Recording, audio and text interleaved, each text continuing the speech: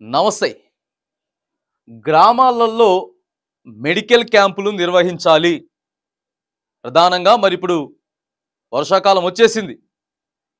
క్యూలు కట్టేశారు. ప్రైవేట్ ఆస్పత్రులు, ప్రభుత్వ ఆస్పత్రులు, ఊళ్ళల్లో ఉన్నటువంటి ఆర్ఎంపీలు.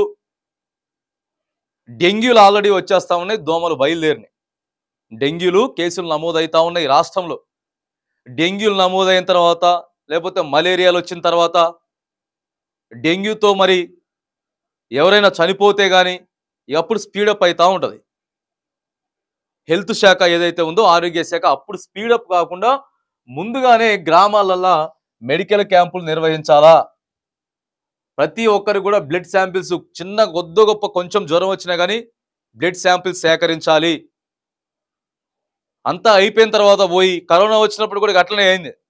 కరోనాలో చాలా మంది కష్టపడ్డారు కానీ ఇక కరోనా వచ్చిన తర్వాత గ్రామంలో ఎక్కువగా విస్తరించిన తర్వాత పోయి హెల్త్ క్యాంపులు పెట్టిన కానీ ముందస్తుగానే హెల్త్ క్యాంపులు నిర్వహించి మరి ఎవరెవరికైతే ఎలాంటి ఇబ్బందులు ఉన్నాయో వాళ్ళకి సంబంధించిన టాబ్లెట్స్ ఇస్తే కానీ అప్పుడు కొద్దిగా మనం వ్యాధుల్ని కంట్రోల్ చేసేటటువంటి అవకాశం అయితే ఉంటుంది.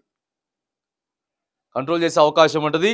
మరిగా వాళ్ళకి ఎవరికైతే ఆ పైసలు నష్టం కాకుండా, లేకపోతే ప్రాణాలు కూడా నష్టపోకుండా ఉండేటటువంటి ఆస్కారం ఉంటుంది. కాబట్టి మరి ఆ జిల్లాలో ఉన్నటువంటి ఏ జిల్లాకు ఆ జిల్లాకు అధికారులంతా కూడా ఒక ప్రణాళికను ఏర్పాటైతే చేసుకోవాలి.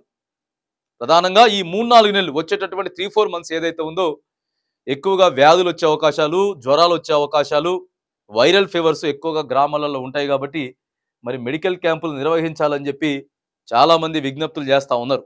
వాస్తవంగా హెల్త్ క్యాంపులు నిర్వహించాలా, ఏర్పాటు చేయాలి. దానికి సంబంధించినటువంటి సిబ్బందిని ఏర్పాటు చేసుకోవాలా. నర్సులు ఉన్నారు, తర్వాత అక్కడ ఉన్నటువంటి ఏఎన్ఎంలు, అక్కడ ఉన్నటువంటి ఆశా వర్కర్లు ఉన్నారు. మిగతా ఎవరెవరైనా కానీ ఇంకా ఎక్కువగా సిబ్బందిని కేటాయించుకొని మాత్రానికి కనీసం ఓ 10 గ్రామాలకు ఒక దగ్గర అయినా సరే, ఓ మండలంలో ఓ 20-25 గ్రామాలు ఉంటాయి. ఓ 10 గ్రామాలకు ఓ దగ్గర మెడికల్ క్యాంప్ ఏర్పాటు చేసుకోవాలి. రోజుకి ఒక్కసారి అయినా సరే, 15 రోజులకు ఒకసారి.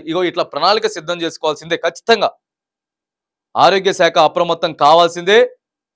ఖచ్చితంగా మాత్రానికి మెడికల్ క్యాంపులు నిర్వహించాల్సిందే.